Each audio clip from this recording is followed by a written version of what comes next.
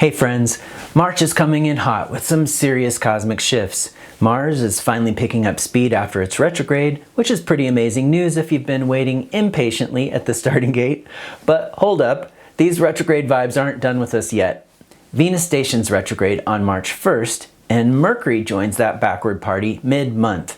So stick with me and I'll break down exactly what gets the cosmic green light this month and what deserves a pause. But before we dive in, I need to mention the massive planetary shifts happening this year that are mirroring the major changes we're seeing in the world right now. Want the full scoop? Join us for our annual summit in March where 12 of your favorite astrologers will dig into all the details. If you're feeling unmoored or uncertain about the future, well, that's completely normal during big cosmic transitions like these.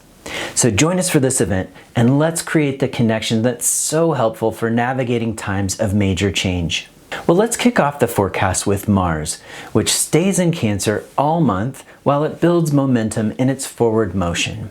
Technically, Mars remains in the retrograde shadow until next month when it passes 6 degrees Leo, and that's the spot where it first stationed retrograde back in December. Now, I have a slightly different take on the shadow periods than some other astrologers. While I recommend some caution during the pre-retrograde shadows, once Mars passes its station degree, I find it can be just fine to move forward. Just do it carefully and with the right expectations. Now, there's some wisdom to pumping the brakes a little bit after a planet stations direct. It's all about speed.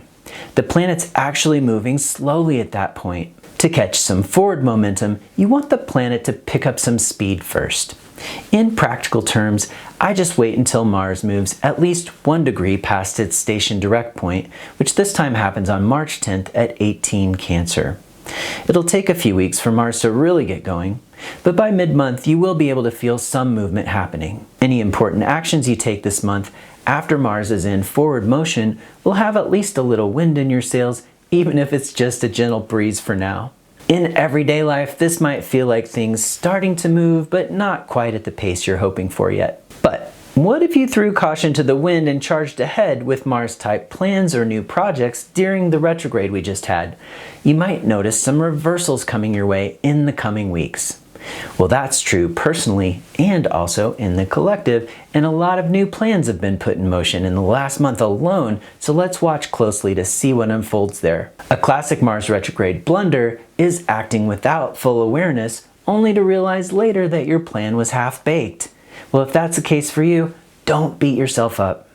Reframe this as a learning opportunity, and then plan to make revisions to your plan that incorporate your new awareness. It's not unusual for the insights from a retrograde to only become clear after that planet's direct.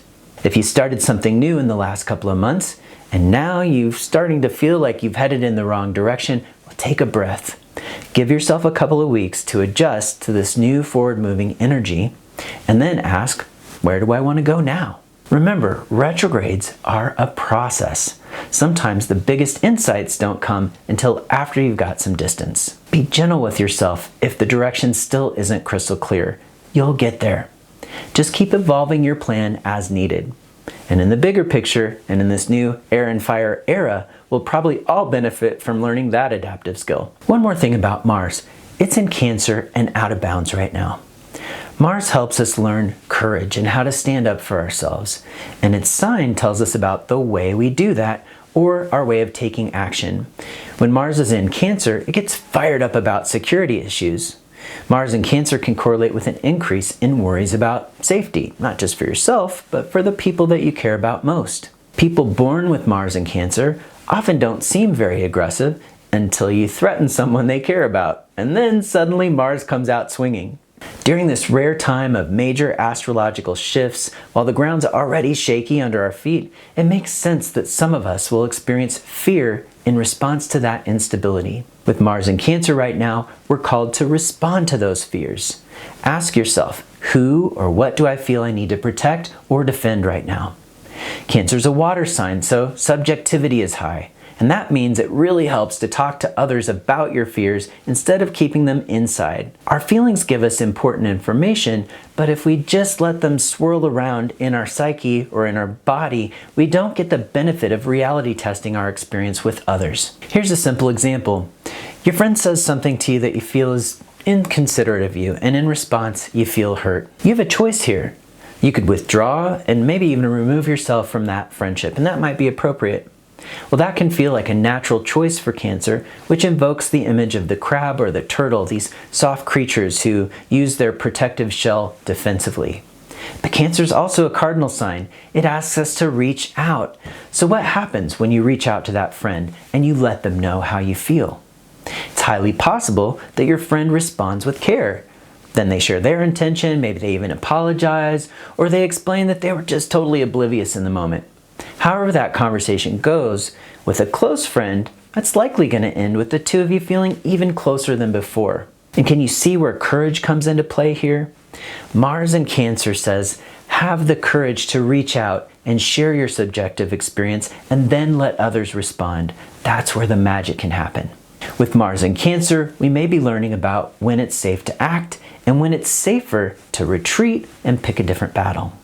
Those are hard lessons, but they're up right now. Because Mars in Cancer can be so subjective, we're susceptible to getting out the flamethrower based on a strong feeling, only to find out later that we weren't perceiving things clearly because our feelings got the best of us. Water signs need processing, and for Cancer, an important stage of that processing involves others. Mars bravery might come into play here too. Vindictiveness is easy, but it takes courage to be vulnerable by spending time allowing space for feeling our more difficult feelings, and then expressing them boldly but safely in a way that doesn't cause harm to ourselves or to others.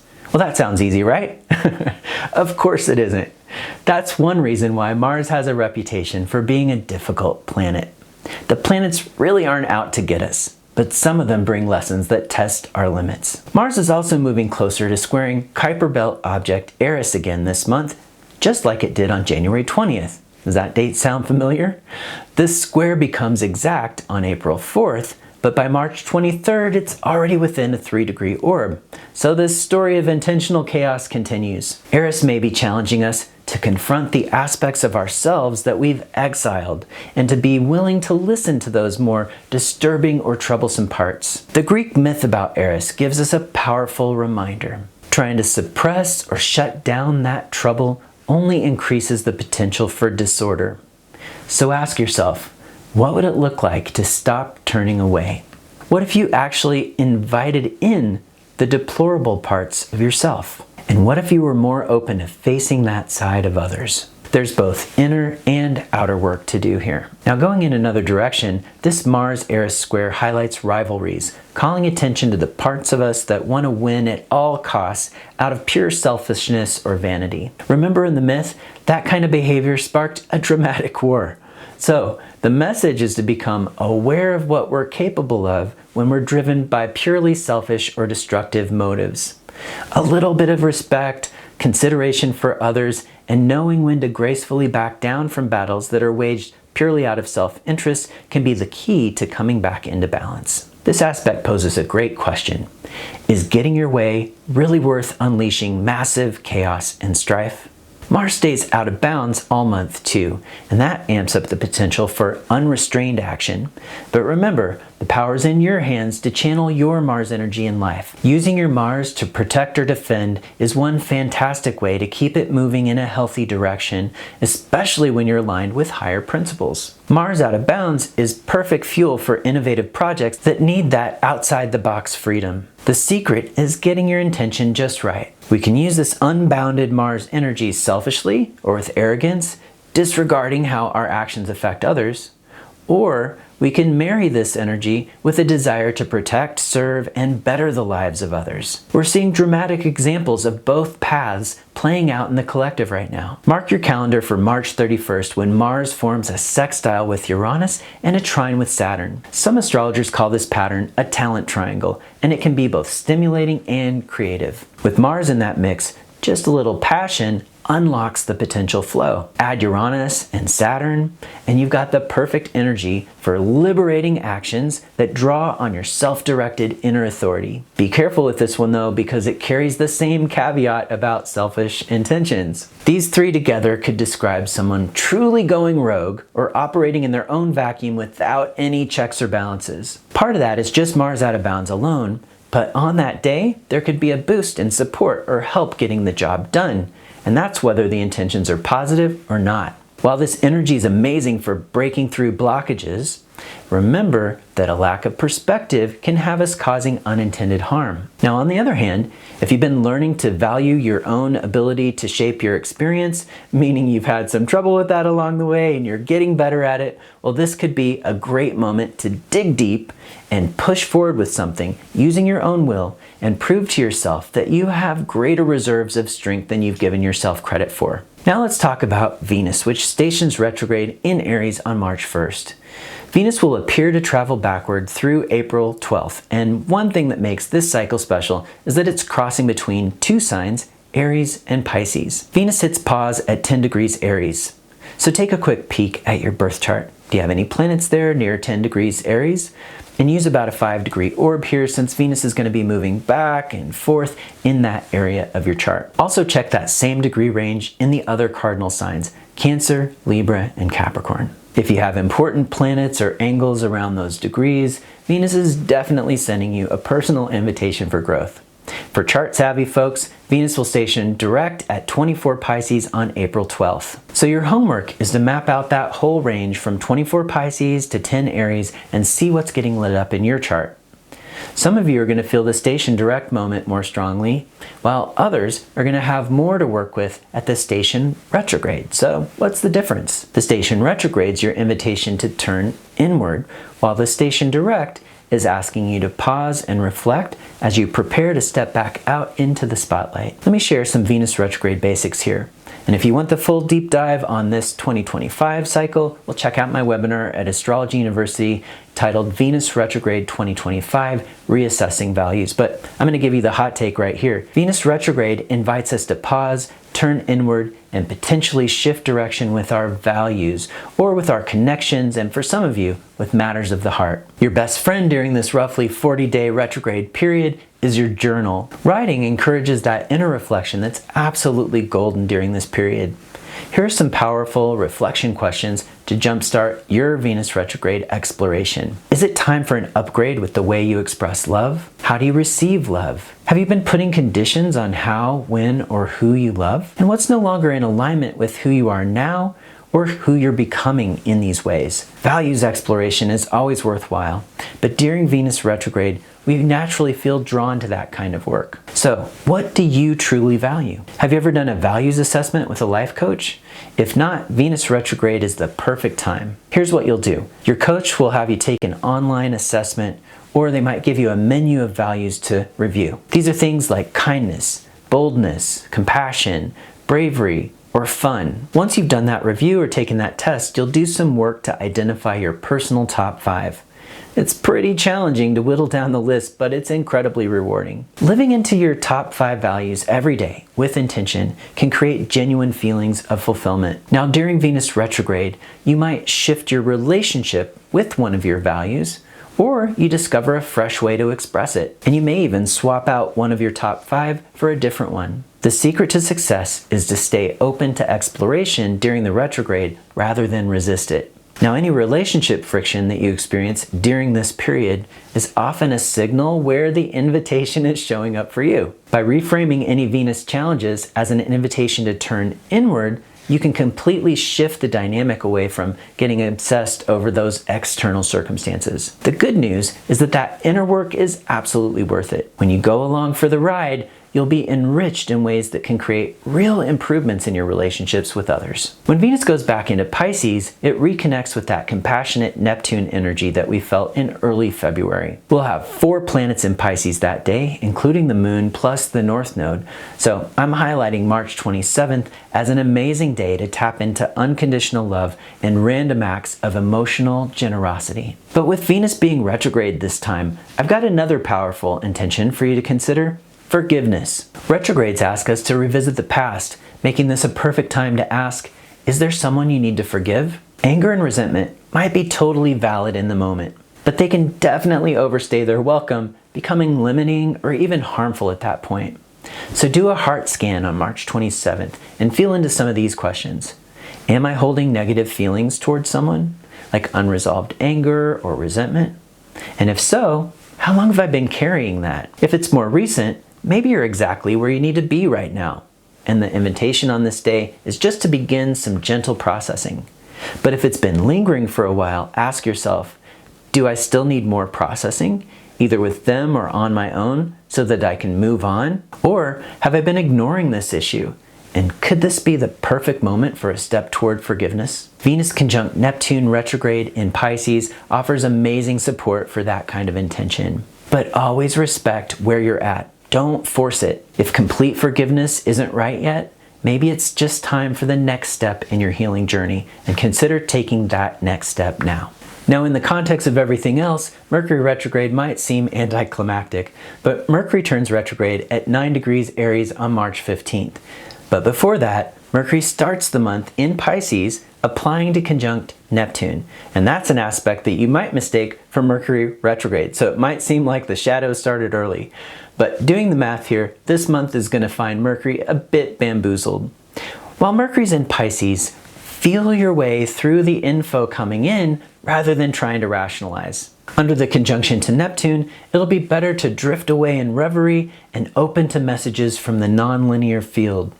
Then Mercury heads into Aries on March 3rd, and that gives me the image of an alarm clock waking us up from a comfy dream state. Under Mercury in Aries, we may not mince words, and the simple, direct way is the best way to explain things.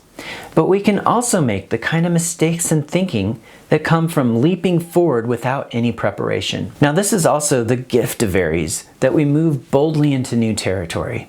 Tapping into pure instinct may be your best mental resource here.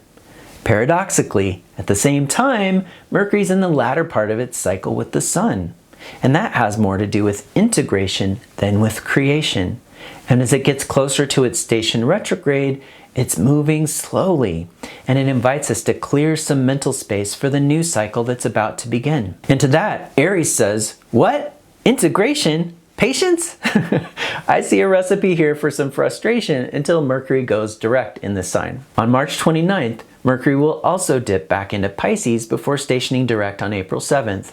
And all of this movement between Pisces and Aries is mirroring the bigger shifts happening with Saturn and Neptune as they wrap up their time in Pisces and start to settle into Aries.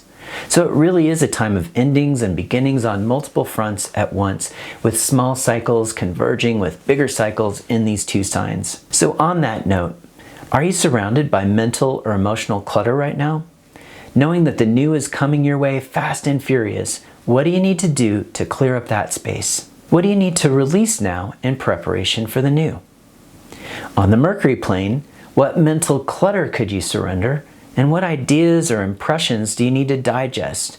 Or what communications do you need to wrap up or clear up? Remember that conversation we were having about forgiveness? Once Mercury heads back into Pisces while it's retrograde and it joins Venus, you have a great window for a healing conversation. Saturn's there too, so responsibility might be part of that story. Sometimes after a period of reflection about a conflict with someone, we realize that even though the other person did cross a line, we have some responsibility too. Realizing that and then communicating that to that person might be just the ticket to shift the dynamic between you in a positive way. Well, the biggest news this month is that Neptune will move into Aries for the first time on March 30th. Stan Barker's classic 1980s book, The Signs of the Times, reminds us that Neptune's sign changes describe shifts in collective vibes, trends in music and in film and in visual art. So at the end of March, we get our very first look at this new shift in the zeitgeist.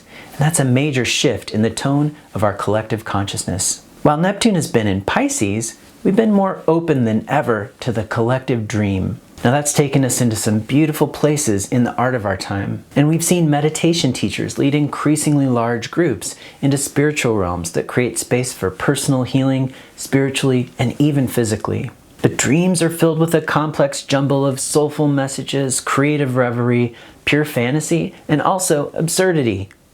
While humans are always subject to the pitfalls of magical thinking, delusion, or wild bouts of ungrounded fantasy, these experiences expanded exponentially while Neptune was in Pisces.